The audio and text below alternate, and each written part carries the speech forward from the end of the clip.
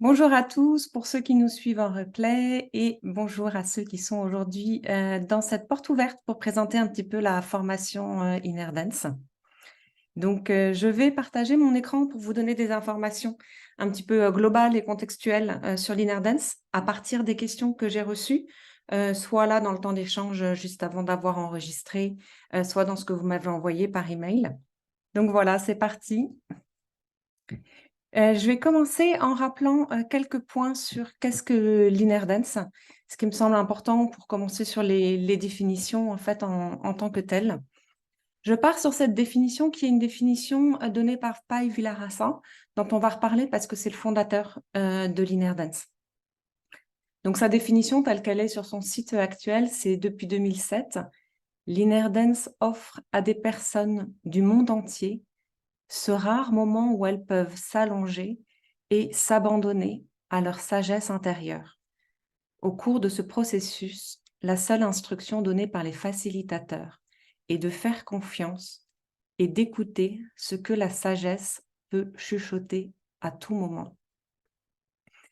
Voilà, donc ce que je retiens de cette définition et ce sur quoi je vais commencer par mettre l'accent, c'est s'allonger et s'abandonner à leur sagesse intérieure. Il y a cette idée de lâcher prise, en fait, qui va être très importante.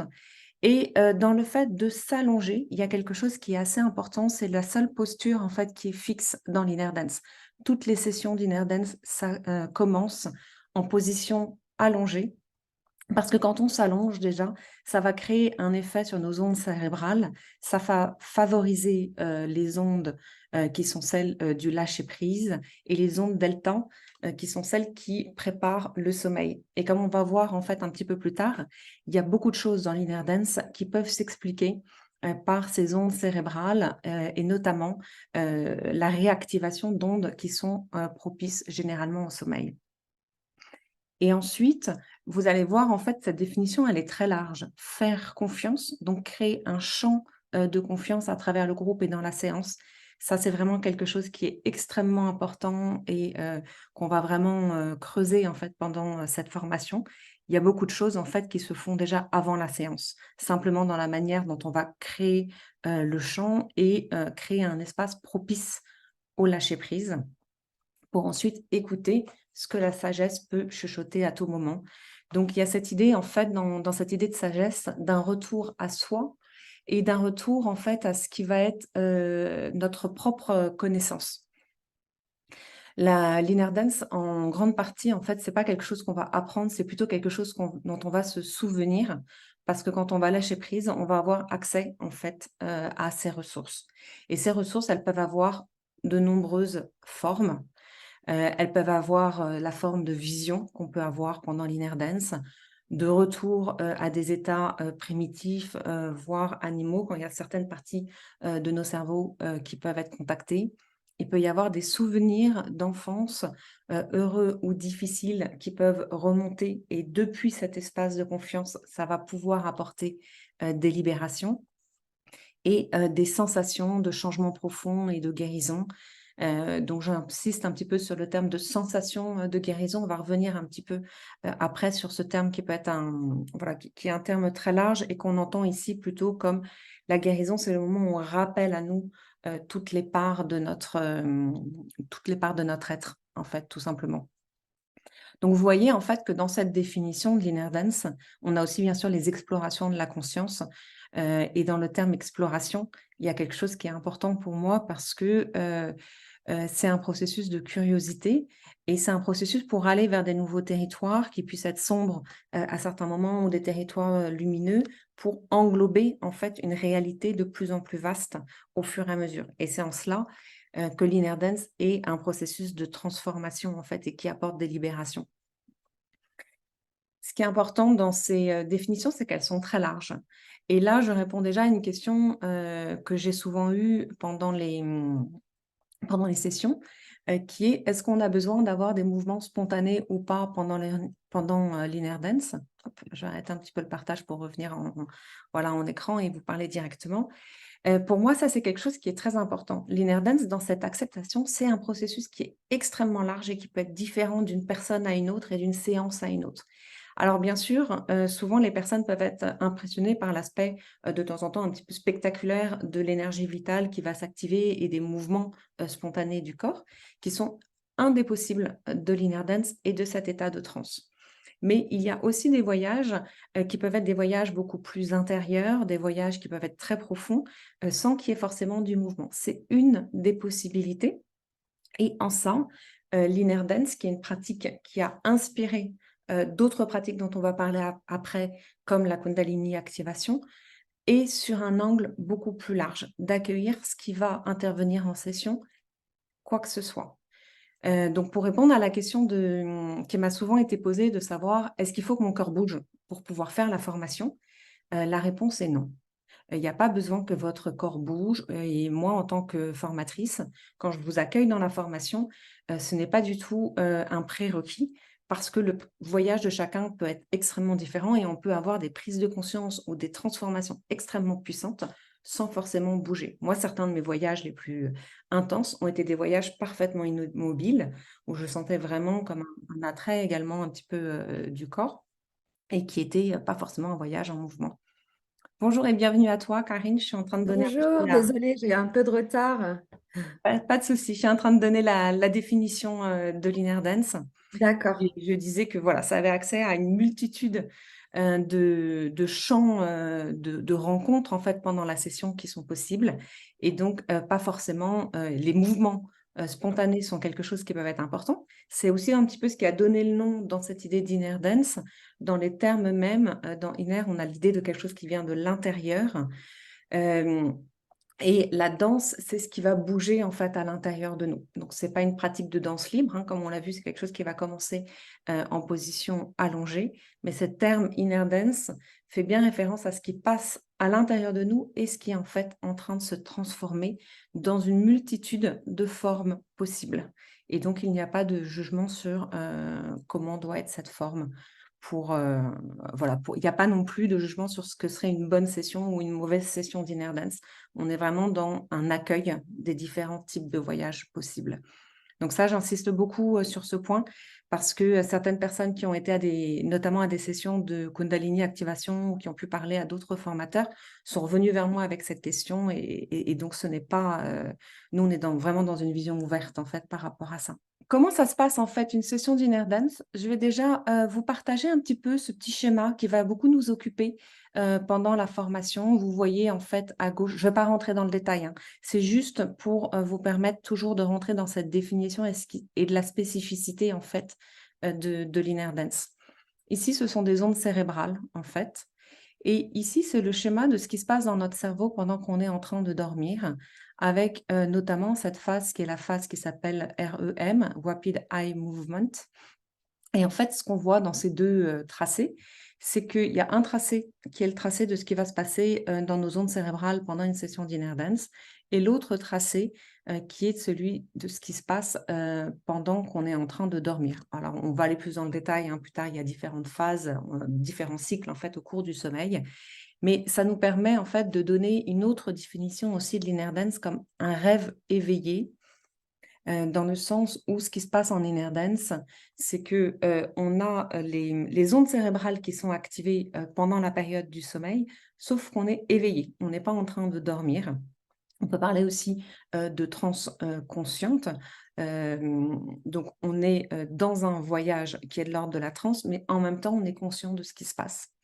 On peut aussi parler, j'aime bien cette définition de rêve partagé, parce qu'il y a vraiment quelque chose qui va se passer aussi au niveau du groupe, entre les participants qui vont, partager, un voyage qui se fait en même temps de manière singulière, individuelle, mais où il y a aussi un chant du groupe, qui se crée et également cette notion de retour à l'état d'enfance. Hem, c'est quelque chose qui est important et qui s'explique aussi par, toujours ces mêmes ondes cérébrales, donc delta, thêta, alpha, bêta, hein, qu'on a vu ici, dans la construction du cycle du sommeil, mais qui sont aussi des ondes cérébrales qui vont être plus ou moins importantes à différents âges de la vie. Et en fait, dans une session d'inner dance, on va aller beaucoup dans le delta et le theta, qui sont aussi des ondes de relaxation, profondes et qui sont des ondes qui sont très, très fortes. Bah, notamment si on prend un petit bébé, par exemple un nourrisson, c'est un âge où il passe la majorité de son temps à dormir. Hem, Ensuite le θ, c'est un moment où on est vraiment dans son imaginaire et c'est comme si en fait au cours de notre vie, on passait d'un état intérieur vers un état qui va vers l'alpha, le bêta, de plus en plus focalisé sur l'extérieur, sur nos tâches à faire et cetera. Et l'inner dance nous permet de revenir dans l'état cérébral qu'on a quand on est, très jeune, à l'état d'enfance et où tout est possible parce que nos constructions, neuronales sont justement en train, de se construire. Et ça va être tout un savant mélange en fait de ces différentes ondes cérébrales qui sont activées. Et comment est-ce qu'elles sont activées? Elles sont activées, par résonance à partir de stimuli auditifs et donc, d'une bande son spécifique, qui va, être plus propice à, activer telle ou telle onde cérébrale. Donc cet état, d'enfance, il est, vraiment important parce que c'est ce qui va permettre aussi, le fait que c'est comme si des connaissances, nous arrivaient à certains moments, tout simplement parce que notre prisme de perception, s'est ouvert et ça s'explique en fait, par l'activation de, ces ondes cérébrales. C'est aussi une différence par rapport à, d'autres variantes qui ont été, issues de l'inner dance et qui mettent vraiment l'accent sur le mouvement et qui vont insister sur cette notion d'activation. La notion d'activation, en fait, elle va se passer quand il y a en même temps, des ondes de relaxation, de lâcher prise et du bêta qui va être introduit aussi, par exemple, par plus de rythme et qui va créer, des états d'activation du corps, très importants. En fait, ce qu'on voit, c'est que dans ces états d'activation du corps, il va y avoir beaucoup de relâchement, de libération, par exemple, d'émotions qui peuvent être possibles ou de traumatismes. Mais c'est pas forcément les mêmes ondes cérébrales qui vont être activées quand on va être, voilà, dans ce moment d'activation corporelle, très fort, le moment où, au contraire, on se régénère et on intègre l'information. Donc, une des spécificités aussi, de l'inner dance dans sa définition d'origine et aussi, dans son évolution actuelle, notamment par rapport à l'évolution de la pratique dans le monde, c'est vraiment d'insister sur ces aspects, de delta, de theta, ce que j'appelle aussi dans certains mails que je vous ai envoyés, l'intégration par rapport à l'activation, hein. C'est comme si dans les phases, d'intégration, ce que j'appelle, par là, c'est tous les moments où, notre système parasympathique, qui est le système, du repos, qui est le système de la digestion, qui est le système aussi où il y a des guérisons qui se font à l'intérieur de nous, même au plan, physique, hein. Quand on récupère, d'une maladie, par exemple, c'est, dans les moments où on est, dans ces ondes delta. Tandis que les ondes bêta peuvent être à certains moments des ondes dans certaines méditations qui vont être des ondes liées à des prises de conscience extrêmement fortes ou sinon, dans un état hors, méditation dans notre vie quotidienne plutôt, quand on va avoir, une activation du système, sympathique, donc le système qui est plus, lié à la vigilance, lié à voilà l'activation de ce qu'on peut faire. Et dans l'inner dance, on insiste vraiment sur le fait que dans une séance, il va y avoir des moments qui peuvent être forts, il va y avoir des moments où on peut vraiment effectivement, s'activer, mais dans un contexte qui privilégie, l'intégration de ce qui se passe pendant la séance.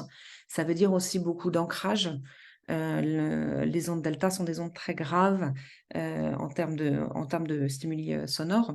Tout ce qui va être les pratiques d'ancrage au début et en fin de session, vont être importantes et même en cours de la session, même quand il y a des moments qui sont intenses, il va y avoir en fait plusieurs couches, sonores pour toujours diffuser, des sons et diffuser aussi une posture. La posture du facilitateur va être une posture qui va vraiment, venir, favoriser ce champ de confiance de manière à ce que, l'expérience puisse vraiment être intégrée. Donc ça, c'est vraiment important. C'est comme un dosage en fait, si vous voulez, entre, effectivement le fait qu'il va y avoir beaucoup d'activation de l'énergie, pendant une session, mais également, le fait que ce qui est important, c'est la transformation en fait qui en résulte et cette transformation, elle nécessite aussi des temps de récupération, des temps qui vont être beaucoup plus calmes, et où des prises de conscience peuvent émerger. Donc l'aspect corporel, encore une fois, ça rejoint cette idée. Il est présent, dans une certaine mesure, dans les sessions d'inner dance. Il est vraiment le bienvenu et c'est des choses qui peuvent, souvent c'est des choses qui vont attirer vers l'inner dance, mais on va vraiment, travailler sur cet équilibre avec aussi d'autres aspects du voyage, de l'inner dance. Voilà, ça c'est pour vous donner un petit cadre global pour la définition. Et maintenant sur, cette formation en tant que telle, traditionnellement, on appelle les formations des energy schools, des écoles d'énergie en fait en inner dance et en mettant l'accent sur le fait que, vous allez, recevoir beaucoup de contenu, beaucoup de pratiques. Mais en fait, ce qui va vraiment nous enseigner à tous, qu'on soit, au stade de personne qui vient recevoir une session de facilitateur, donc quelqu'un qui organise une session ou, d'enseignant dans le cadre de cette formation, c'est vraiment, qu'est-ce qui se passe, dans la salle, les retours des participants, l'observation du corps aussi, qui va être, notre principal guide, hein, à savoir, cette, posture d'exploration et d'observation. Et ensuite, ce que la formation va vous apporter, c'est un soutien pour, votre propre pratique, d'évolution, et d'observation de ce qui se passe dans une séance, aussi bien pour vous, qu'au niveau des personnes que vous facilitez. Donc de la pratique, des outils concrets, des connaissances théoriques pour comprendre ce qui est en jeu et des outils aussi de savoir-être pour ouvrir un espace ou pour, accompagner. Voilà. Toujours sur, le contexte de l'inner dance, je vous ai fait ici un petit historique de Pai Vilarasa qui est donc le fondateur.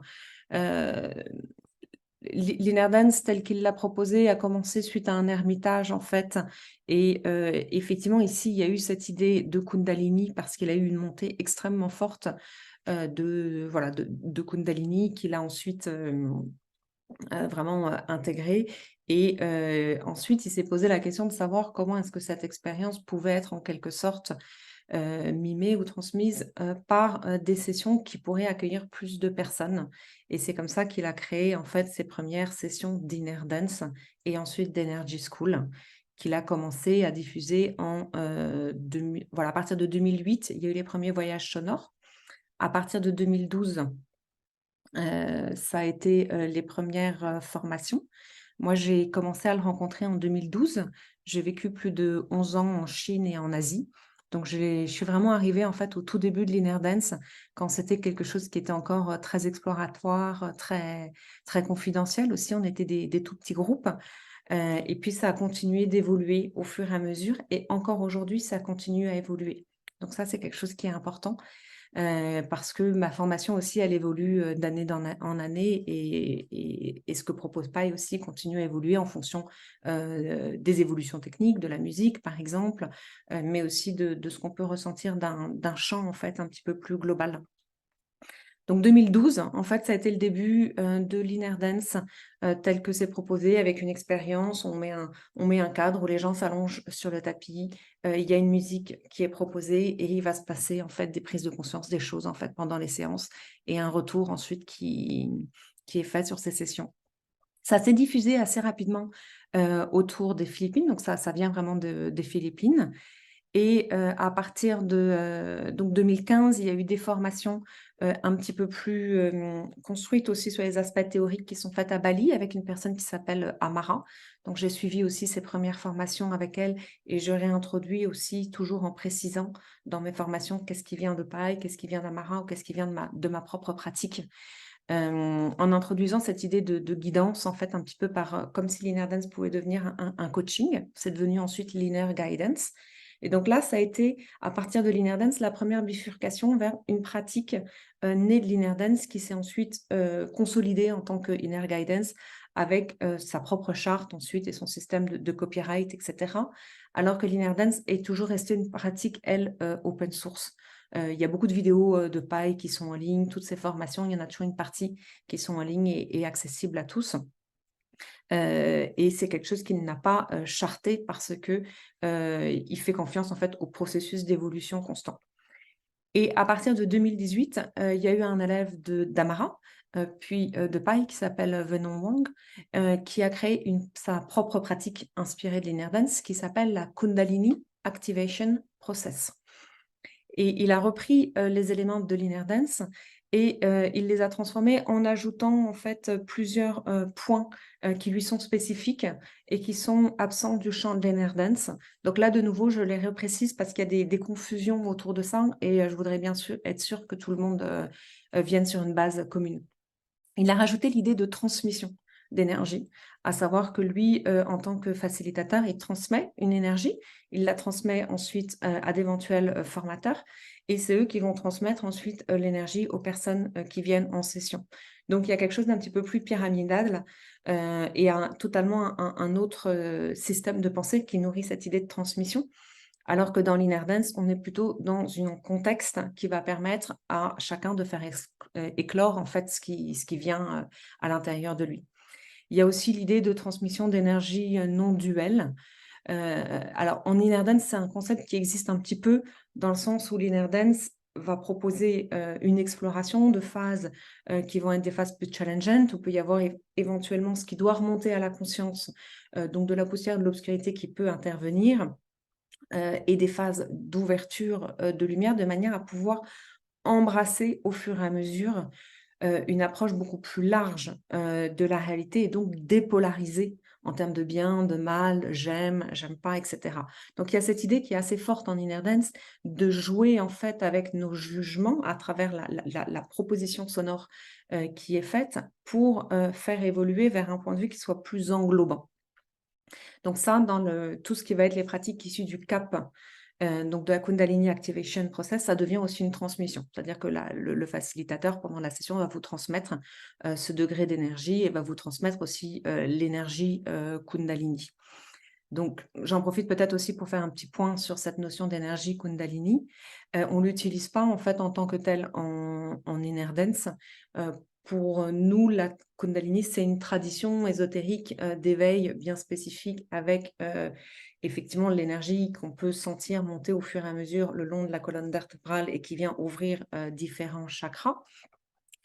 Il y a des formateurs, Pai, etc., pu vivre des montées de Kundalini qui sont extrêmement fortes, mais qui relèvent plutôt de leur parcours personnel. Donc, même si l'inner dance va être une pratique qui va bien sûr favoriser tout ce qui va être de l'ordre de l'éveil, on n'est pas là pour transmettre une montée de Kundalini aux personnes. Et il peut y avoir de l'énergie qui s'active chez les personnes, mais on ne va pas forcément plaquer ce jugement-là voilà, qui est relié à une tradition spécifique, contrairement à la Kundalini Activation Process. La Kundalini Activation, oui, du coup, j'ai une remarque, merci. Du coup, c'est peut-être ce que peut se trouver le danger lorsque c'est quelqu'un qui transmet une énergie. Alors, j'ai pas envie de rentrer ici dans un jugement de valeur sur telle ou telle pratique. Ce que je dirais peut-être là-dessus, c'est que pour moi, c'est vraiment important et c'est très important dans le cadre de l'inner dance que chacun reste le propre maître de son voyage, en fait. Vous pouvez toujours accepter ou refuser une facilitation. Ça vient de vous, de ce qui va éclore en vous pendant la session. Et le terme facilitateur, il veut bien dire ce qu'il veut dire. Ça veut dire qu'on facilite un processus, mais ça ne vient pas de nous. Et il y a effectivement un, un souci ou en tout cas une vigilance dans l'inner dance à ne pas créer un modèle de transmission qui pourrait aller vers des formes de gourou, voilà, de cette notion de gourou. C'est important, moi je travaille beaucoup sur cette question de l'ego aussi dans les formations de l'inner dance et oui, pour le coup, je dirais que l'ego est un des dangers en fait qui peut se mettre sur ton chemin spirituel à partir de l'inner dance.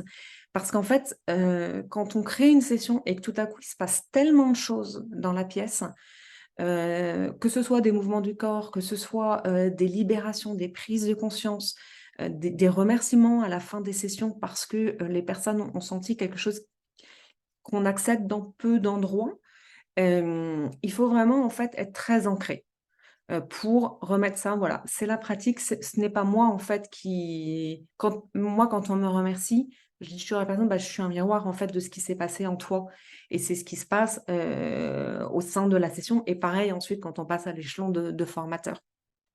Donc l'ego, oui, va être un des pièges qui se mettent sur le chemin.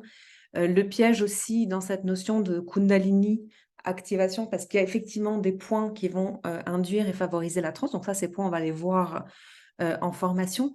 Mais on va vraiment plutôt insister sur créer un contexte que venir activer à tout prix. Parce qu'il y a en fait le piège d'enfant qui appuie sur un bouton, puis tac, on voit une réaction qui est spectaculaire. C'est quelque chose qui peut être aussi très addictif. Est-ce que c'est quelque chose qui est soutenant pour la personne qui vit son processus? Ça, je dirais que c'est vraiment à chaque facilitateur de vraiment faire un travail personnel là-dessus sur quelle est son intention et l'alignement de sa posture quand il tient un espace.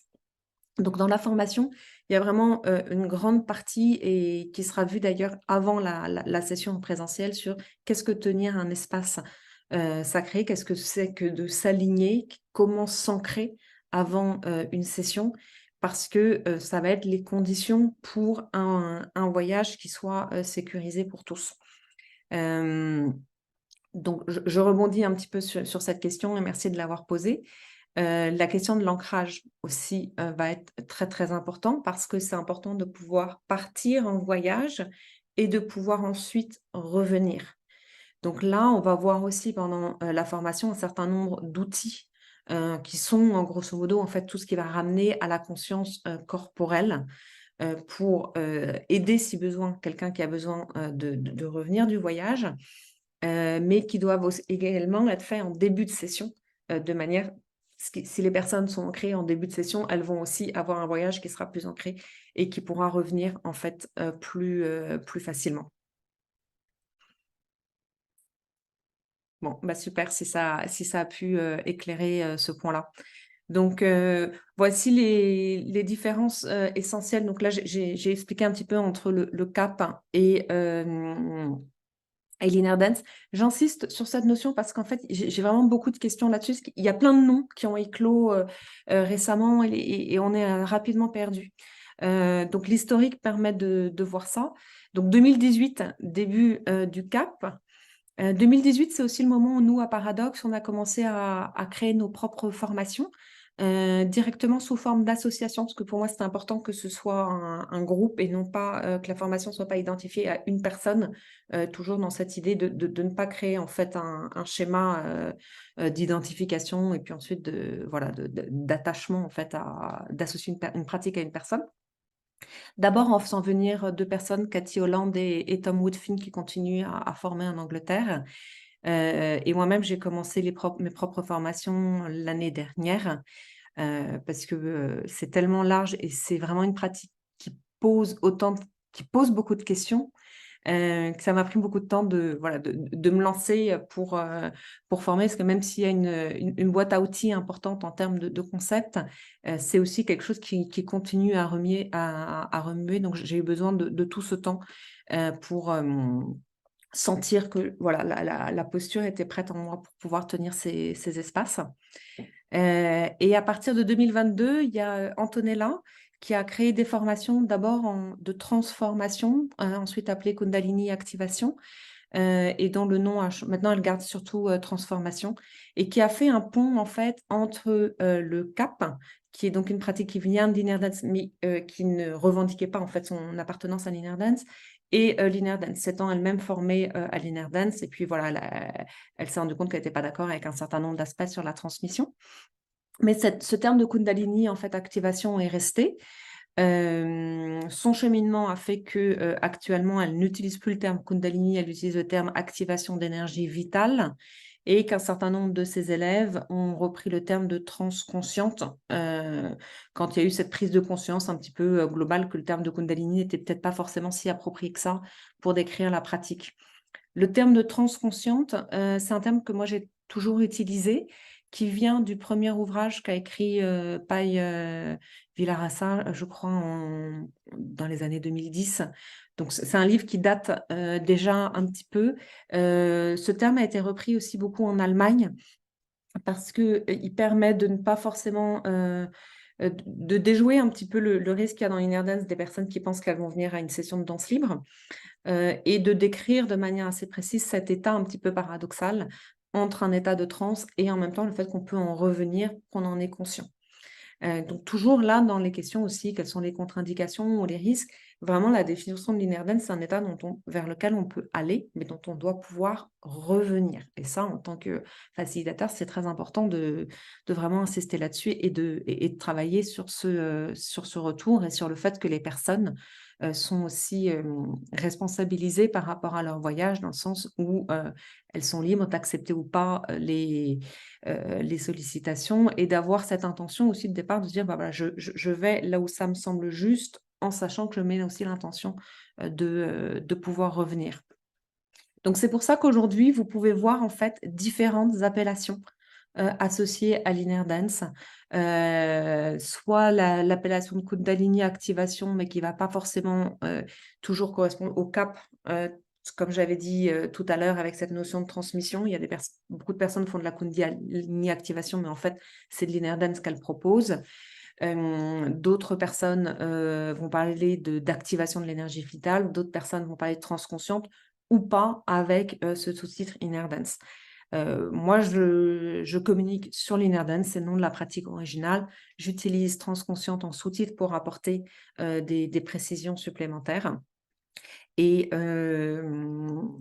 et j'insiste aussi beaucoup sur le fait qu'il n'y a pas forcément besoin que ça s'active toujours au niveau du corps, ce qui peut être présent chez certaines personnes de la Kundalini activation. Ça reste encore un petit peu comme intermédiaire, en fait, si vous voulez, le terme de Kundalini activation. Et c'est pour ça aussi que je vous invite, quand vous faites des séances, avant de venir à la formation, parce que pour moi, c'est vraiment important que vous sachiez ce que c'est. Il y a eu des personnes qui avaient postulé, qui n'avaient jamais fait de séance. Elles ont été à des séances et elles se sont rendues compte que ce n'était pas ce qui leur convenait. Et j'en suis vraiment très contente, parce que c'est important pour moi que chaque personne qui vienne à la formation sache pour quel processus elle vienne. Je vois qu'il y a une question. Spinal énergétique, je ne sais pas si tu es familier avec cette pratique. C'est très impressionnant physiquement. Merci pour cette question. J'ai vu un certain nombre de posts dessus. Alors, selon Pai, il existerait plus d'une centaine de variantes de l'inner dance aujourd'hui, sous différents noms. En France, je vous ai limité aux appellations actuelles françaises. En Espagne, ça s'est développé sous plein de noms différents. L'Espagne est extrêmement actif. Aux États-Unis, il y a eu des personnes influentes de l'inner dance qui viennent aussi des États-Unis. Donc, j'ai déjà eu la question, j'imagine il y a deux explications possibles. Soit c'est une technique apparentée, effectivement, qui est venue de personnes qui ont été formées à l'inner dance. Soit ce qu'on sait aussi d'un point de vue de l'évolution de la conscience, c'est quand un artiste ou un inventeur a eu une prise de conscience ou a créé une invention, il y a quelque chose qui change au niveau du champ collectif, et ces inventions vont aussi se répéter plus rapidement ensuite chez d'autres personnes. Donc ça, c'est quelque chose qui est scientifique, en fait, qu'on a pu observer dans l'histoire, en fait, de la création. Et j'imagine que c'est la même chose, en fait, pour l'inner dance. Donc je ne peux pas répondre précisément, mais j'ai remarqué effectivement qu'il y avait beaucoup de points communs, et vous allez en fait continuer à avoir d'autres approches qui peuvent avoir des points communs ou pas avec l'inner dance. D'autres questions? Antonella dit qu'elle active le langage des oiseaux. Alors ça, oui, merci de me reposer la question, parce qu'effectivement, j'en ai pas parlé. J'avais prévu de le voir sur les différents états qu'on peut contacter. Il y a toute la question, en fait, pendant les sessions d'inner dance, du fait de l'ouverture de se mettre dans un état cérébral euh, qui soit celui de l'enfance, où en fait les schémas neuronaux ne sont pas encore créés. Il y a une ouverture en fait à plein de possibles et à des états en fait psychiques subtils.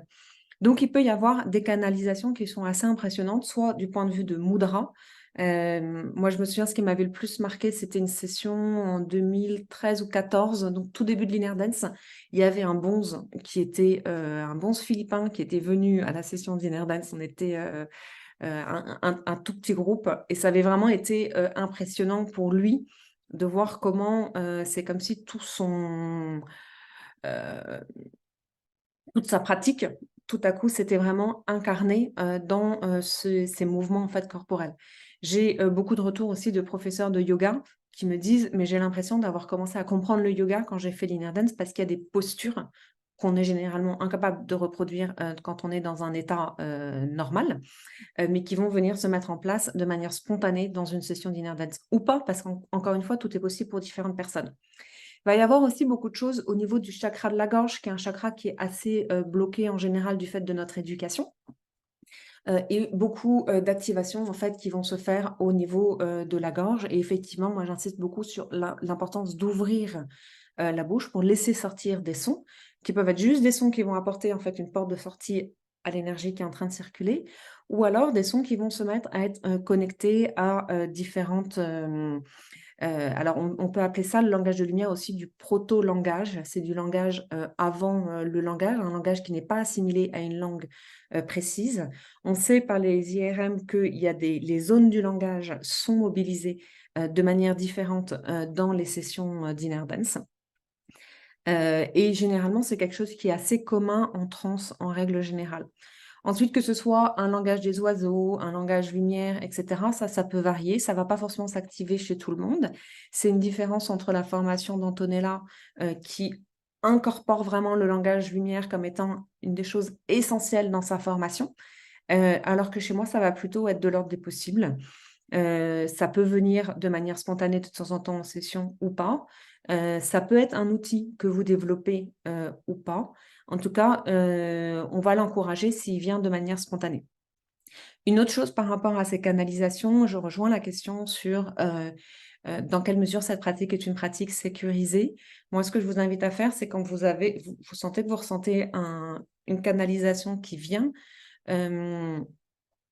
d'interroger aussi cette canalisation, avec la vibration du terme, vérité. Qu'est-ce qui me vient à travers ce langage ou qu'est-ce qui me vient à travers, cette canalisation? Et de temps en temps, ça va pouvoir complètement changer, et ce qui va me permettre en fait de vérifier si je canalise quelque chose avec lequel je suis, totalement, alignée, et d'être sûre de ne pas être parasitée, en fait, à un moment, heu, voilà, pendant les sessions.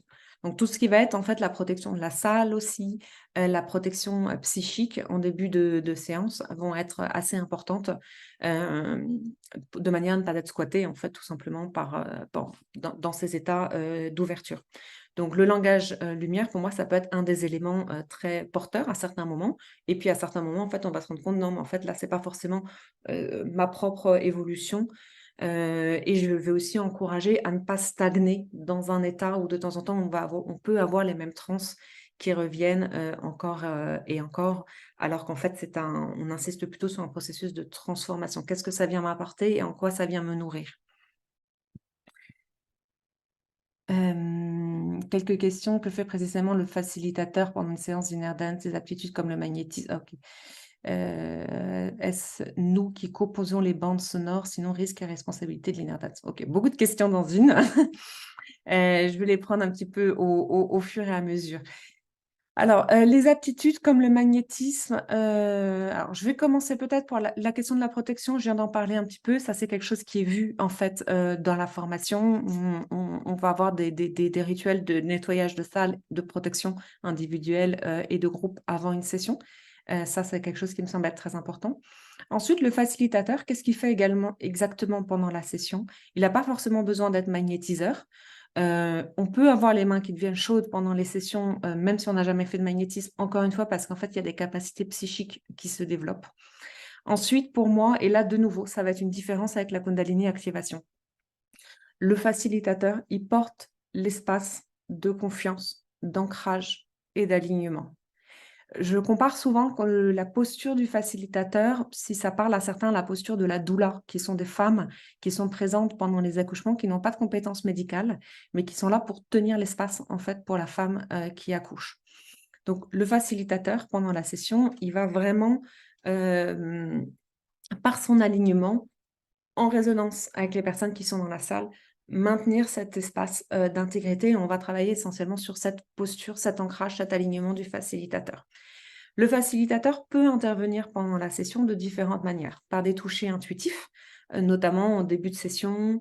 Ça va être très important d'amener les personnes à un état de lâcher prise et de relaxation. Donc, ça peut être par des mots, par des paroles. Soit vous allez avoir en fait des éléments de langage au début, des clés en fait pour vous aider dans vos premières sessions. Soit ça peut être des choses qui vont vous venir. En fait, vous allez être comme traversé par les mots au fur et à mesure de votre expérience dans l'inner dance. Il peut y avoir des touchés, donc certains touchés qui vont faciliter soit en fait la descente du mental, faire tomber en quelque sorte le mental, les idées, etc. pour permettre cet état de relaxation. Soit il peut y avoir également des touchés, soit d'activation, soit au contraire d'intégration pour rassurer les personnes. Ça va être surtout être présent, montrer qu'on est présent dans le processus.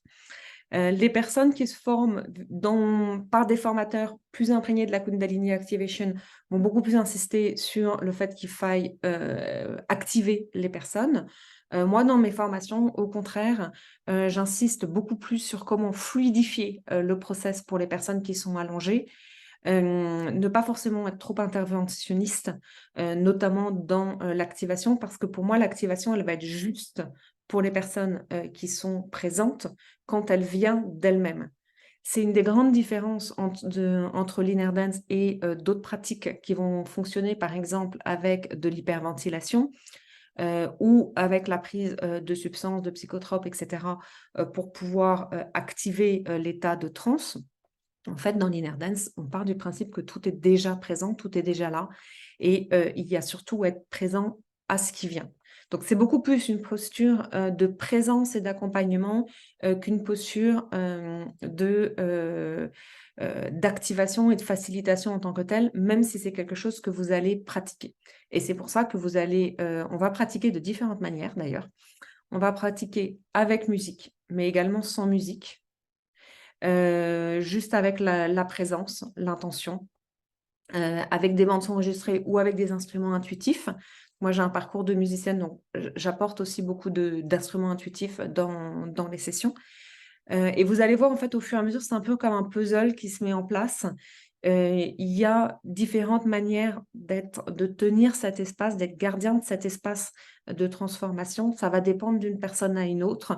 On va utiliser plus ou moins tel ou tel outil. La musique, effectivement, ça, c'est une question qui est importante, qui va être vue vraiment dans la formation. Vous avez, dans l'espace de formation, tout un espace avec, des bandes son, qui existent déjà, des exemples, de morceaux de musique, des applications aujourd'hui qu'on peut utiliser plus ou moins, intuitives ou plus ou moins élaborées, de manière à pouvoir, créer ces états, musicaux qui vont porter en même temps des sons qu'on va nommer des sons plus delta, donc qui activent des ondes delta en nous, qui vont être grosso modo des sons plus graves, plus relaxants, plus ancrants. Ça peut être des sons de la nature aussi. Et ensuite des montées en intensité. Qui vont être aussi des montées dans l'ordre des fréquences, dans le rythme, etc. Et d'arriver à cette combinaison par vague qui vont créer la bande son de la session. Donc, concrètement, ce que vous allez avoir pour la musique, vous allez avoir en fait différentes options en fonction de votre niveau aussi technique, parce qu'on peut très bien être facilitateur d'inner dance sans être DJ. Vous allez avoir des bandes son qui existent, qui sont notamment celles de paille ou les miennes, par exemple, que vous pouvez utiliser. Vous allez avoir donc vous allez en avoir de paille, de moi et d'autres facilitateurs. Vous allez avoir aussi des exemples de sons que vous pouvez utiliser et intégrer vous-même si vous voulez commencer à mixer.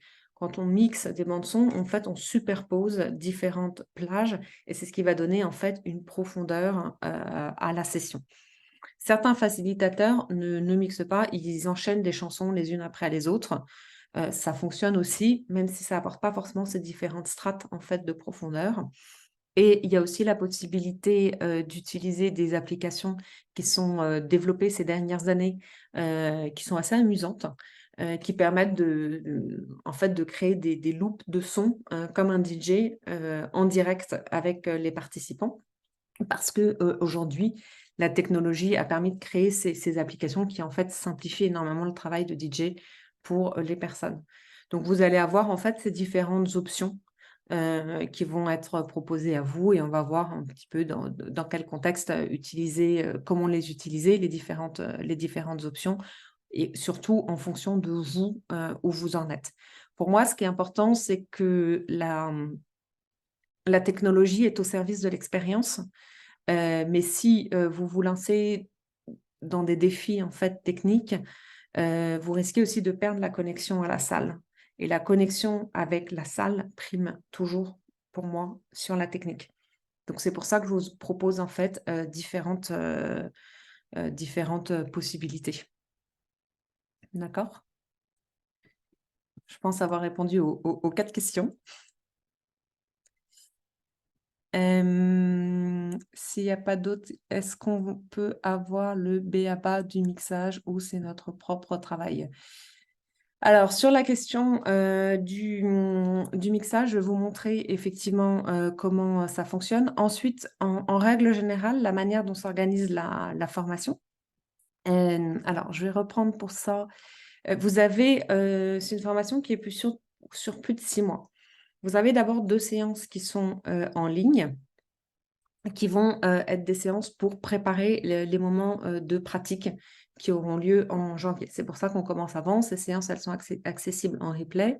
Elles sont composées, il peut y avoir soit des vidéos de choses que j'avais déjà dit en live l'année dernière et que je vous transmets telles quelles pour pas avoir à répéter et qu'on puisse vraiment se concentrer sur l'interaction pendant les sessions. Vous allez avoir des documents, vous allez avoir des liens. Pour ce qui concerne par exemple la musique, ça se sera vu après le premier week-end de janvier. Vous allez avoir aussi des explications sur comment faire. Et ensuite, comme il y a différents outils qui sont possibles, je vais aussi vous renvoyer vers des formations de personnes qui sont plus ou moins techniques hein, sur tel ou tel outil. D'accord?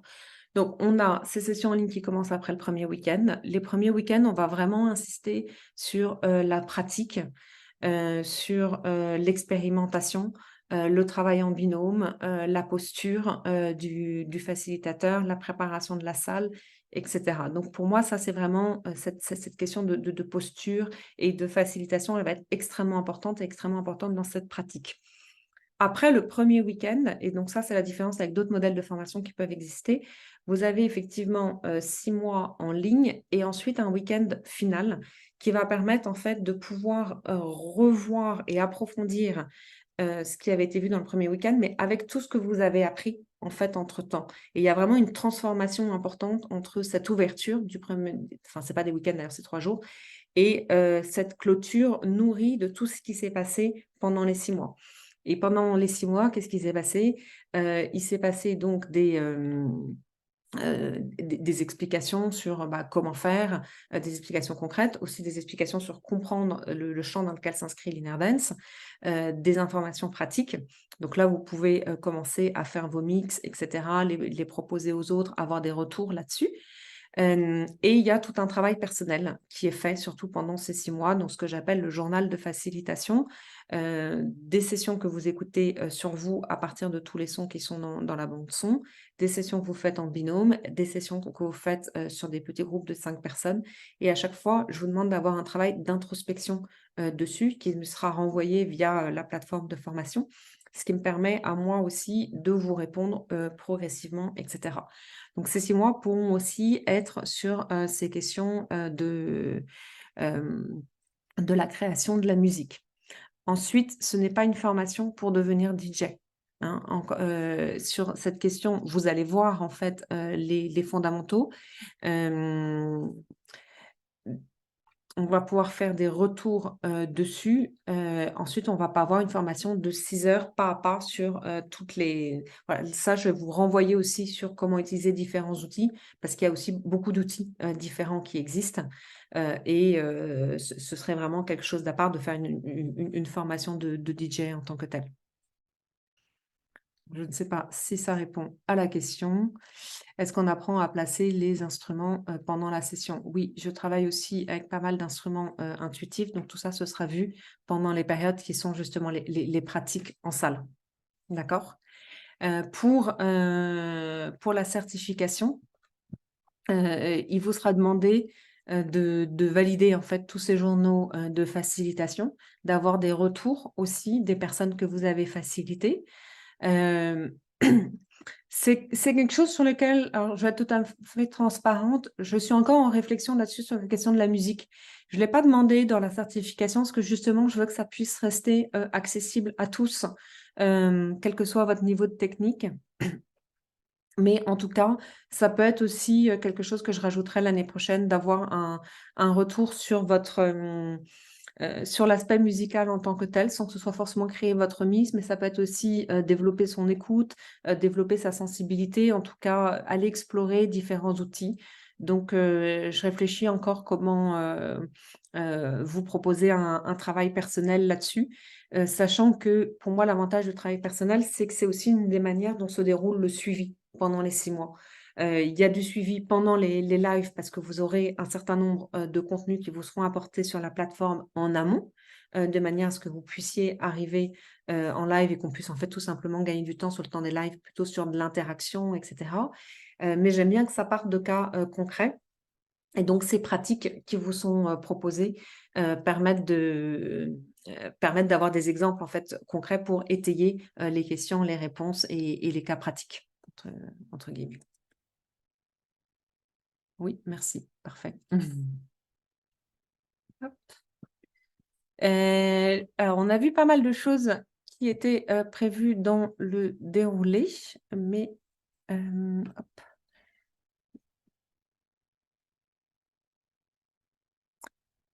Donc, je vais aller plus rapidement sur tous ces aspects. Je ne vous ai pas présenté l'équipe. Ok, on va se mettre là. Donc, un petit mot sur qui je suis et pourquoi est-ce que j'ai lancé cette formation. Donc, ça fait 12 ans que je pratique l'inner dance puisque j'ai commencé vraiment au tout début en 2012. Ensuite, à partir de 2018, c'est l'année où je suis revenue en France.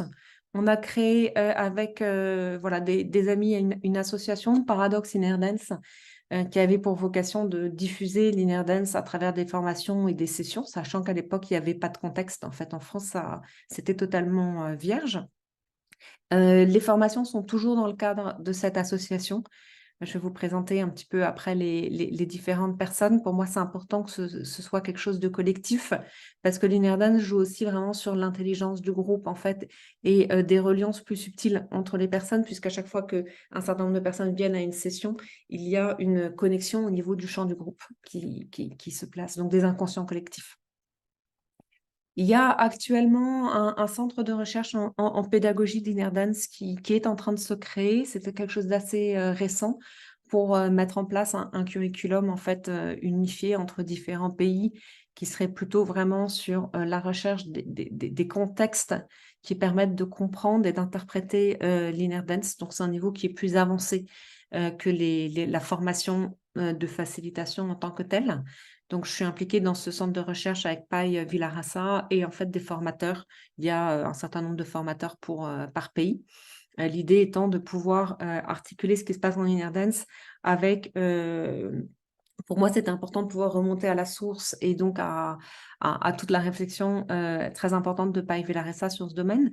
Donc, ce serait voilà, de créer des cercles ainsi où dans chaque pays, il y a une personne qui anime ces formations d'un point de vue local, qui crée le curriculum aussi adapté à ce pays, des rencontres ensuite entre ces formateurs au niveau monde et des échanges avec Paille dans les différents pays. Donc ça, c'est un des gros projets aussi qui m'anime en ce moment en parallèle de cette formation et qui sera aussi comme un niveau 2 qui peut être possible pour les personnes qui sont formées en inner dance. Certaines de mes spécificités, c'est d'être aussi musicienne. Donc, je suis harpiste, je fais tout un cursus en musique-thérapie à travers l'instrument qui est la harpe. Mais pour moi, c'est très important aussi par rapport à l'inner dance parce qu'il y a toute une sensibilité par rapport au son qui va se créer aussi pendant les sessions d'inner dance. Et donc, j'insiste beaucoup sur cette question. La musique enregistrée va avoir une certaine vibration.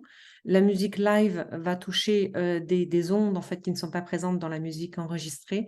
Donc, il y a une vibration spécifique à la musique live qui peuvent être faites. L'harpe est peut-être un instrument un peu plus complexe, mais aussi par des instruments qui peuvent être des instruments plus intuitifs. Donc, j'en mets toujours à disposition. Et surtout, je vous apprends à qualifier en quelque sorte la texture ou la spécificité de chaque instrument de manière à pouvoir les utiliser de manière cohérente, en fait, appropriée dans une session. J'ai aussi tout un parcours en énergétique. Donc, qui va être l'énergétique, ça va être une des clés de lecture de l'Inner Dance. Mais on va commencer en fait par les approches qui seront plus corporelles et neuroscientifiques en fait de comment est-ce que le son affecte le cerveau, le système sympathique, le système parasympathique, les hormones, etc. Et ensuite, on peut aussi avoir une lecture énergétique. Donc, on va avoir les deux dans cette formation. Et par ailleurs, en plus de ces activités d'harpiste et de travail en inner dance, j'ai aussi créé une école interculturelle pour essentiellement des étudiants asiatiques qui viennent en France. Donc ça, c'est un autre volet. Je le précise quand même, tout simplement parce que pour moi, la formation fait partie de mon ADN. Et dans un cas, pour moi, ça va être plutôt ouvrir des fenêtres culturelles en travaillant plus à partir de l'esprit pour les étudiants. Et dans un autre cas, c'est l'autre partie de notre cerveau qui va être le cerveau plus intuitif, qui va fonctionner soit en musicothérapie, soit en inner dance ou en soins énergétiques. Je suis épaulée essentiellement par Sophie Boivin et Mathilde Auvray dans cette formation. Elles ont toutes les deux été formées depuis 2018. Pour moi, l'ancienneté dans la formation est quand même important pour avoir un certain recul par rapport à la pratique. Sophie Boivin vit à Grenoble et elle combine l'inner dance avec d'autres approches qui vont être des approches de coosphère qui travaillent sur l'intelligence collective, des approches aussi par rapport à la question du corps et de l'intime à travers des cercles de femmes ou des stages de tantra. Donc, elle va avoir en fait une couleur un petit peu différente dans la manière dont l'inner dance peut être utilisée dans un cadre énergétique. Et Mathilde Auvray, elle est professeure de yoga et elle travaille aussi beaucoup en soins énergétiques. Donc, soit vous allez pouvoir les voir dans certaines vidéos, par exemple, qu'elles peuvent faire aussi sur de la préparation du corps, par exemple, soit en fonction des week-ends de formation. Sur la prochaine, ça va être surtout Sophie qui va être présente, mais Mathilde peut être aussi présente à un certain moment. C'est important pour moi voilà, de savoir que à partir d'une certaine taille du groupe, on sera toujours deux personnes pour vous accueillir et pour soutenir le groupe. D'une part, de manière à ce que vous ayez plusieurs sons de cloche, que ça puisse aussi vous inspirer de manière différente, parce qu'ensuite, de nouveau, chacun va s'approprier la pratique de l'inner dance en fonction de sa personnalité et en fonction aussi de ses outils. Donc, c'est une pratique qui peut tout à fait être combinée à d'autres pratiques énergétiques que vous pouvez avoir par ailleurs. Alors, il y a pas mal de choses dont on a déjà parlé. Je vous avais dit que j'allais quand même dire un petit mot sur cette notion de guérison qui me semble être importante. On voit souvent donc la question de guérison dans l'inner dance parce que il peut y avoir en fait des prises de conscience qui se font ou des réconciliations par rapport à certaines tranches de vie ou éventuellement certains traumas. Et de nouveau, ça, ce sera vu dans le côté pratique professionnelle. Quand on va parler de guérison dans ce cadre de l'inner dance, ça va vraiment être entendu comme un accroissement de conscience, dans le sens où on va pouvoir englober un soi plus large, un chemin personnel de transformation, de réunion, we member, donc revenir à rassembler toutes les parts de nous-mêmes, mais bien sûr pas dans un sens médical au sens stricto sensu. Et donc, et sans transmission d'énergie de guérison, par exemple. Donc, c'est vraiment dans ce sens-là qu'il faut l'entendre quand vous le voyez. Ça, je pense que je l'ai déjà bien abordé. Le calendrier, je vous ai expliqué aussi comment ça allait se passer. Un petit mot en plus peut-être sur, l'organisation des journées en présentiel. Je pense que je vous ai déjà expliqué, les points principaux. Il y a aussi une session ouverte, le dernier week-end de manière à ce que vous puissiez, pratiquer sur un public, qui soit un public nouveau et pas uniquement sur des personnes, qui ont fait, la formation avec vous. Et la notion de pratique, que j'ai mis en lettres capitales, pour certains d'entre vous, vous avez vu quand vous m'écrivez que je vous recommande vraiment, de faire, le plus possible de sessions avant, la formation. C'est aussi pour ça qu'il y a deux fois, 3 jours à 2 moments, différents de votre développement dans l'inner dance. C'est parce que, ce qui va vraiment permettre de porter l'espace, c'est ce qu'on a vécu aussi sur le tapis. Et plus vous aurez été loin sur le tapis, plus vous aurez vraiment, approprié cette session, plus vous serez capable, d'accompagner les autres et d'ouvrir ces espaces. Donc, la pratique est vraiment, vraiment, bah, comme dans toute, pratique spirituelle, hein, mais c'est également une notion clé.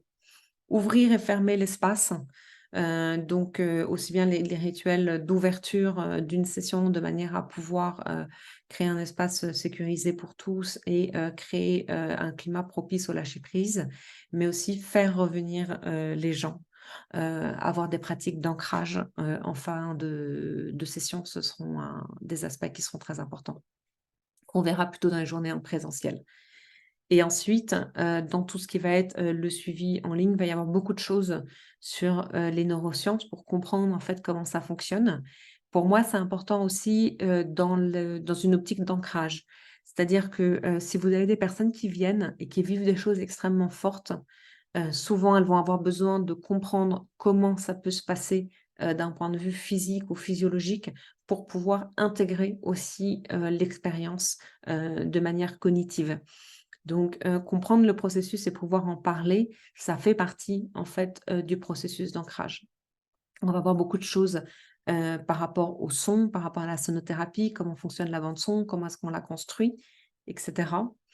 Une lecture énergétique également. Vos retours d'expérience aussi qui vont venir, nourrir au fur et à mesure, les lives et les sessions en ligne.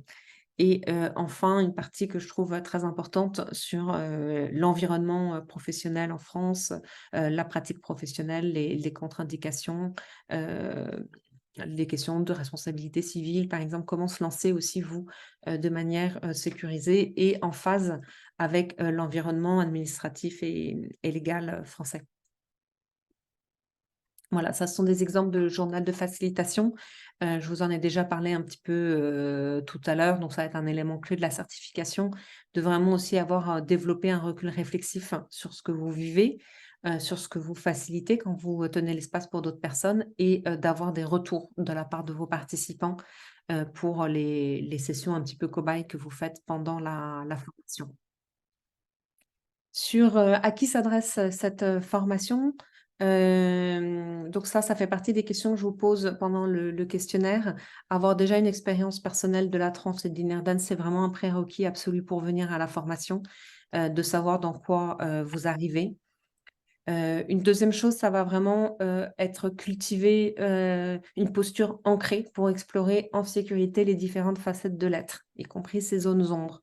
Donc ça, c'est plutôt dans l'intention, que vous avez. Il faut vraiment que quand je vous dise que, dans la formation telle que je la transmets, on va, mettre l'accent sur, fluidifier l'expérience et permettre cet, ancrage, et cette intégration de l'expérience, il faut que ça résonne pour vous. Notamment par rapport à tout ce qu'on peut voir sur, internet ou sur les réseaux qui vont plutôt, développer l'aspect, spectaculaire. Pour moi, ce n'est absolument pas ma recherche de faire une session la plus spectaculaire possible. Ce qui m'intéresse, c'est comment est-ce que les personnes vont intégrer l'expérience pour, l'intégrer à leur quotidien et évoluer en fait, avec. Hop, il y a quelqu'un qui vient d'arriver, si vous pouvez éteindre vos micros. Merci. Il faut aussi être prêt à expérimenter un processus de transformation, pour pouvoir soutenir ensuite le processus des autres. Ça veut dire qu'il y a des choses qui vont bouger pendant la formation. Il y a des, il va vraiment y avoir des vagues émotionnelles aussi, des moments où, tout va être lumière, des moments où il va y avoir des doutes, des moments où il va y avoir des peurs et on va traverser, tout ça ensemble, toujours dans ce processus de transformation parce que c'est un des enjeux, de l'inner dance. Donc il faut pas avoir peur de ça. Il faut aussi être totalement OK avec le fait que, il y a des moments où on va aller explorer ce qui est beau et lumineux et il y a des moments où il va y avoir aussi des choses qui vont venir solliciter, notre système sympathique, donc notre système d'alerte et donc tout ce qui a besoin en nous de voilà, d'être amené vers la lumière. C'est une formation qui est assez exigeante aussi, elle est complète, elle est solide. Il y a beaucoup de travail personnel en plus de ce qu'il va y avoir dans les lives. Il va y avoir beaucoup de liens, beaucoup de choses aussi, pour que vous puissiez vous approprier en fait, les savoirs, aussi bien par l'intellect que par ensuite, de manière somatique, l'expérience du corps parce que c'est vraiment une expérience, corporelle également. Et enfin, les contre-indications par rapport aussi à la question qui avait été posée: «Est-ce que c'est pour tout le monde? Comment le faire de manière, sécurisée?» Tout ce qui est si vous êtes enceinte, il faut me contacter, au préalable pour voir où vous en êtes dans votre grossesse et un certain nombre, de choses. Donc ça, c'est des choses aussi qui sont vues en formation dans la pratique professionnelle. Si vous avez, des troubles dits, psy ou des troubles dits de la personnalité, il peut y avoir bien sûr une approche, holistique de transformation. Toutefois, on est, dans un cadre où je n'ai pas de compétences, médicales et donc je ne peux pas accompagner, ces personnes-là dans un processus d'inner dance parce que, l'inner dance va pouvoir activer aussi, le système sympathique, le système d'alerte et la manière dont ça va réagir par rapport à, la psyché, de personnes qui ont déjà identifié chez elles, des fragilités à ce niveau-là, ne pourra pas être assurée de manière, sécurisée. Donc c'est pour moi une contre-indication, pour la formation et puis aussi vous, quand vous créez vos sessions pour les personnes qui viennent à vos sessions, si vous n'avez pas de bagage médical ou psychiatrique à proprement parler.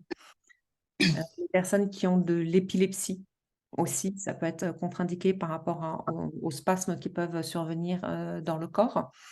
Quelque chose qui est plus subjectif, la question de l'ancrage. Heu, pour moi, l'inner dance n'est pas recommandé aux personnes qui manquent d'ancrage. C'est un point de vue qui est personnel. Mais ça demande beaucoup d'ancrage en fait de partir et de revenir. Donc je vais vous engager à vraiment cultiver ça et être vigilant à ce point-là par rapport aux personnes qui viennent. Et donc, pour s'inscrire à la formation, il y a un questionnaire médical qui est transmis aussi dans la formation pour pour vos pour vos propres, pour vos propres sessions. Je vous remets, donc je vais vous montrer à ce moment-là le petit témoignage de Delphine, qui est une personne qui est, que tu as rencontrée, Véronica, vu qu'elle était venue à la dernière immersion, qui est hypnothérapeute, professeure de yoga et qui est autrice aussi dans le domaine du bien-être. Elle a fait 2 vidéos, une vidéo qui est plutôt sur son approche de l'inner dance, sa définition et ça, je trouve ça aussi toujours intéressant parce qu'en fait, c'est quelque chose sur lequel, aussi je suis en train de demander aux élèves des formations précédentes de me faire, remonter des éléments de langage parce que chacun va avoir sa propre manière de le présenter en fonction de ce qu'il a vécu en inner dance. Donc ça, je trouve ça très intéressant. Et aussi, voilà, ce qu'elle a pensé de la formation. Je suis en train de collecter ces témoignages des sessions précédentes parce que la dernière formation s'est clôturée, vendredi. Et donc je les transmettrai en fait au fur et à mesure. Ouais, Caroline a une question avant. À partir de quel stade de la formation pourrons-nous nous oui, ça ce sera, à partir du premier week-end. On va déjà commencer à avoir la co-facilitation. Ensuite, on va voir, les pratiques professionnelles dans le live qui suivra, le week-end avec les contre-indications et cetera et après, avant les contre-indications, vous pourrez déjà pratiquer, tout ce qui est sur vous parce que, il y a un grand espace, avec beaucoup de bandes son disponibles et ensuite vous pourrez continuer à faire, le travail, en binôme ou, le travail avec des groupes de personnes. Sachant que c'est important de le faire entre les 2, le début et la fin de la formation, parce que c'est ce qui va vraiment nourrir l'évolution et permettre aussi vraiment un approfondissement à la fin. Donc, j'insiste beaucoup sur la mise en action pendant la formation. Je vais vous montrer le témoignage alors, puis on verra si il y a d'autres personnes qui arrivent. Je recommande totalement à 100% l'accompagnement d'Antonia, de Mathilde et de tous les membres de l'association Paradoxe. Ce sont des formateurs qui ont une vraie éthique, une passion pour la transmission, une passion et une compréhension très profonde de ce que c'est l'inner dance. Et je me suis sentie vraiment en sécurité et encouragée pour devenir facilitatrice. Il y a beaucoup de rigueur dans la formation, beaucoup de sérieux et surtout beaucoup d'amour. Je dirais réconciliation. J'ai trouvé dans l'inner dance une pratique qui harmonise toutes les approches psychocorporelles. Je suis Delphine Torchman, professeure de yoga, hypnothérapeute, coach de dirigeants et j'enseigne aussi la méditation. Et j'ai trouvé dans l'inner dance une philosophie de vie qui va aller au plus profond, qui va aller chercher notre vérité intérieure. Les états de conscience modifiés, la transe qu'amène l'inner dance via la sonothérapie, le toucher intuitif, la présence du facilitateur, amène un espace où l'on peut être au plus profond de soi, incarner sa vérité avec ses ombres, ses lumières et dépasser tout ce que l'on doit dépasser pour être pleinement présent ici et maintenant. C'est une approche à la fois scientifique qui utilise les dernières recherches en neurosciences et à la fois un peu magique, je dirais. Parce qu'il y a une attention au présent et c'est comme dans un film, on ne sait pas à quoi s'attendre dans un voyage d'inner dance. C'est une danse intérieure qui va créer un mouvement où on va pouvoir aller connecter avec ce qu'il y a de plus beau en soi, le rire, la joie, la puissance, la confiance en soi, mais aussi nos ondes d'ombre, nos doutes, nos peurs, nos rages et les dépasser. Plus que les dépasser, je dirais vraiment cette approche d'harmonisation et de réconciliation. C'est ça la non-dualité qu'on trouve dans l'inner dance. Il n'y a plus de bien ou de mal, il y a une notion d'unité. Et c'est très beau à ressentir. Est-ce qu'il y a d'autres questions avant qu'on fasse une petite clôture? Oui? Véronica, tu veux... Non, pour moi, c'est bon, j'ai pas pris la conférence depuis le début, mais pour moi, tu avais répondu déjà à toutes mes questions quand je suis venue. Voilà. Tu veux donner un petit témoignage sur ton immersion? C'est intéressant pour les autres qu'on a eu la chance de pouvoir se rencontrer à la session de Paris. Donc, tu as fait Oui, une journée pour expérimenter ce que c'était. oui, tout à fait. Oui, oui, parce que effectivement, je me posais beaucoup de questions par rapport aux différentes approches qu'on pouvait retrouver. J'ai moi vécu plusieurs activations, le CAP, et je voulais vraiment faire la différence. Et effectivement, moi, ce que j'ai ressenti, c'est que il y a une approche beaucoup plus yin, beaucoup plus, comment dire, on va pas, on sent, alors qu'on a les yeux fermés, mais on sent bien qu'il n'y a pas d'activation à proprement parler au niveau énergétique. Et j'ai trouvé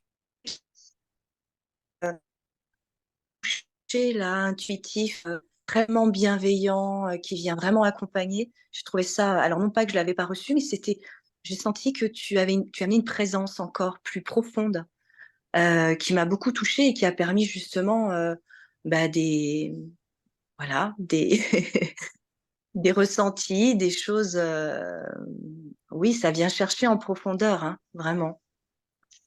Donc oui, oui, ça me conforte effectivement, dans ce que j'ai envie voilà, d'expérimenter, d'ouvrir. Et puis, cette puissance d'énergie qu'on ressent derrière. Il y a une énergie, écoute, le petit retour positif, c'est que, tu le sais, j'arrivais de Bordeaux, donc j'avais mon train au retour. Et c'est incroyable parce que dans le métro, au milieu de tous ces gens qui couraient, il y a une dame qui est venue me voir et qui m'a dit: «Waouh, mais vous dégagez quelque chose de particulier.» Et je Incroyable. me suis retrouvée en plein milieu du couloir du métro avec tous ces gens qui couraient partout et ce moment magique suspendu dans le temps où j'ai eu cet échange extraordinaire avec cette dame et qui a certainement perçu en fait ce travail, quoi, ce qui se passe. Il y a une forme d'expansion de conscience, mais aussi dans les corps et une ouverture du cœur. Et cette personne y a été sensible et donc c'est venu comme une synchronicité. Voilà, me dire: «Bah, c'est chouette en fait, il se passe des choses vraiment, quoi». Voilà et c'est vrai que les mots que j'ai posés, moi, suite à ma première immersion là du matin, c'était très fort, heu, parce que j'ai à la fois contacté l'ombre et la lumière, quoi. Voilà et c'était effectivement comme le dit, Delphine, il y a une forme d'unité en fait derrière. Il y a quelque chose qui réunifie. Voilà, Merci, mon Véronica. expérience. Incroyable cette synchronicité. Et Ouais. je vois que Marjorie est arrivée. Elle nous fait l'honneur d'être là alors elle a une courte pause avant de reprendre cet après-midi. Euh, Elle vient de terminer la formation et je l'ai recommandée à plusieurs personnes qui sont dans le sud de la France et qui veulent voilà, expérimenter des sessions. Alors Marjorie, est-ce que tu veux bien nous parler de ce que tu as vécu l'année dernière, de la formation et de comment ça t'a amené aussi maintenant à créer tes sessions? Oui, bah déjà bonjour à tout le monde. Merci beaucoup pour ton invitation. Et du coup, par rapport à mon expérience, à mon retour sur la formation que j'ai juste adoré en fait. Enfin adoré, c'est même pas le terme parce que je sais que cette formation a changé ma vie et que je vais en faire plein de belles choses. Et j'arrête pas de te remercier, mais vraiment, ça vient vraiment du cœur parce que j'ai trouvé cette formation d'une justesse vraiment incroyable. On sent vraiment que tu es dans la veine de paille et que tu donnes tu donnes tout ce que tu as à donner avec le cœur, avec la plus grande des générosités. Et la façon dont la formation était articulée était aussi super pertinente en fait. Il y a eu un premier week-end où on est quand même rentré très rapidement dans le vif. Et donc, ça a permis à ce que tout le monde se rende compte que c'était bien à notre portée, en fait. Déjà ça nous a permis de nous rassurer par rapport à la pratique, tout en nous donnant des pistes, des outils qui pouvaient nous être utiles si jamais on sentait que notre intuition pouvait être un petit peu plus faible, on va dire. Et donc, je suis déjà ressortie de ce premier week-end d'immersion vraiment chamboulée. Vraiment, pour moi, je connectais. J'avais déjà eu la sensation d'avoir connecté avec ma puissance intérieure lors des sessions. Mais là, durant la formation, c'était vraiment une dimension tout autre, quoi. Vraiment, j'ai connecté à ça, mais au plus profond de moi. Je l'ai intégré et c'est ça qui a permis à ce que je passe le cap quand même très, très rapidement pour donner des sessions, alors que je suis quelqu'un de très réservé, très timide. Donc, j'aurais jamais parié que je puisse tout de suite me lancer comme ça. Et je pense que ce premier week-end a été vraiment décisif. Et donc ensuite, il y a eu les visios qui sont là pour nous donner des, des, des, des, des informations qui sont plus techniques, plus pointues, plus scientifiques également. Donc ça nous donne aussi un, un nouvel angle en fait sur la pratique qui est très, très important également et qui nous permet aussi d'avoir un discours qui est bâti face aux participants des sessions. Et après, donc, il y a eu les 4 jours intensifs avec Cathy, avec Sophie, et j'ai trouvé cette immersion mais juste incroyable. Et c'est là qu'on se rendait compte que vraiment, on apprenait de chacun, de beaucoup de vous en tant que formatrice, mais aussi de tout le groupe. Et j'ai trouvé ça tellement enrichissant. Et ça permettait du fait d'avoir donc déjà eu un petit pied dans la pratique, de réajuster, de se rendre compte des choses qu'on aimerait améliorer ou en tout cas modifier pour aller peut-être, enfin moi, je parle pour moi, vraiment aller encore plus en profondeur durant les sessions. Et, euh, et voilà, non, vraiment, j'ai adoré. Un grand merci Marjorie et merci d'avoir souligné aussi effectivement qu'on apprend vraiment du groupe. C'est Ouais. ce que tu avais dit au début quand tu n'étais pas là et je pense que c'est vraiment quelque chose qui est très important à garder en tête. Avant qu'on ne libère Marjorie qui va bientôt devoir reprendre, si vous avez des questions à lui poser, ben, profitez de sa belle présence. Peut nous accorder encore peut-être une réponse à une ou deux questions. Oui.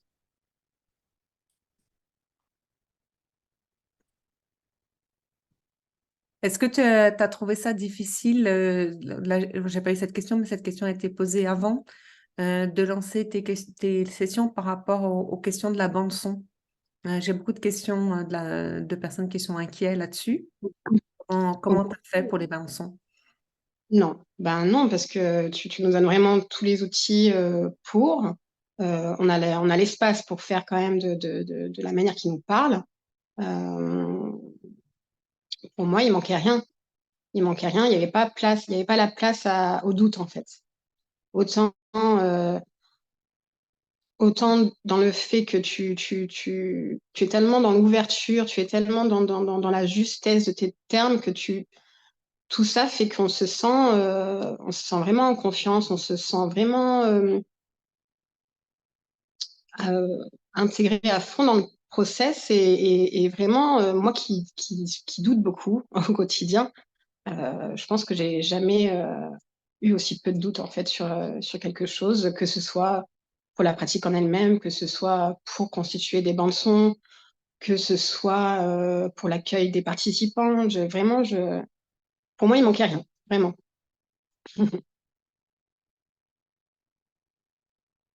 Bon, merci beaucoup. Il y a pas d'autres questions pour Marjorie?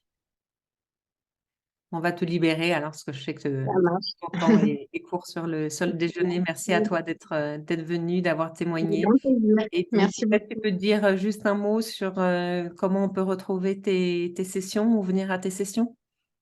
Alors, j'ai un Instagram qui s'appelle Transcendance Inner Dance et le même nom en fait pour Facebook. Je suis sur les deux plateformes et voilà. Merci à toi. Merci à toi. Bonne journée à tout le monde. Bonne journée. Est-ce qu'il y a d'autres questions? Je rejoins assez tout ce qu'a dit Véronica. Et je venais aussi un petit peu, parce que j'avais fait une session alors c'était d'activation avec des élèves c'est Antonella, il me semble. Là, oui. Donc, c'est le centre transformation. Voilà, c'est ça. Et en fait, je voulais un peu comparer, parce que je me posais des questions, à savoir, ok, alors effectivement, il y a différentes formes il y a différents procédés, et, euh, et j'avais envie vraiment d'aller à la source et de voir effectivement avec l'Inner Dance ce que ça donnait, et puis mieux comprendre en fait euh, enfin, tout le déroulé, pourquoi est-ce comment ça s'articule. Et avoir plus d'explications parce que finalement, quand on sort d'une session, on n'a pas d'explication en fait. Donc là, ça m'a permis effectivement, grâce à toi, de mieux comprendre. Et puis là aussi, comment ça se passe dans le cerveau, qu'est-ce qui se joue et d'avoir une approche vraiment plus scientifique, plus que magique finalement. Même si les deux, voilà, c'est tout à fait. Vont ensemble, hein, mais j'avais vraiment besoin de comprendre davantage et je pense que la formation, elle m'a l'air très bien structurée et bien cadrée là-dessus. ça part pas dans tous les sens et pour moi, c'est assez important. La session qu'on a fait ensemble, moi, la grosse différence effectivement que j'ai vue par rapport à celle que j'avais faite, c'était, comme expliquait Véronica, le fait que vous soyez très présent, très présente. Euh, c'est vraiment puisque dans la session que j'avais faite, j'ai pas ressenti de toucher ou cette présence. J'étais vraiment dans, voilà, je vivais mon truc et alors avec le lien du groupe effectivement, mais il n'y avait pas vraiment de cette présence, ce toucher intuitif. Et là, j'ai vraiment senti votre soutien en fait. Et pour moi, en fait, je me rends compte à quel point ça peut être important et puis très. Euh, ça permet vraiment d'aller en profondeur parce qu'on se dit, bah voilà, on sait qu'on peut y aller, on sait on est sécurisé, on sait qu'on est soutenu. Et c'est ça que j'ai ressenti en fait. Donc c'était très beau et moi j'ai vraiment adoré. Voilà, c'est ce qui fait qu'aujourd'hui, je suis là, hein. Voilà, je suis très, très heureuse. Et puis, merci beaucoup, hein, parce que tu as pris le temps de tout nous expliquer. Donc, j'ai pas vraiment de questions parce que tout a été dit, je pense. Voilà. C'est bien normal hein, de vous expliquer les choses Ouais. avant que vous veniez à une formation. Un grand merci, Karine. Merci à toi. Est-ce qu'il y a d'autres questions? Sinon, on va clôturer ici. Pour ceux qui sont en live, vous pouvez toujours me contacter par mail sur innerdanceparis@gmail.com. Donc le mail de l'association Paradox Inner Dance, si vous avez plus de questions et on vous répondra. Bonne fin de journée à tous.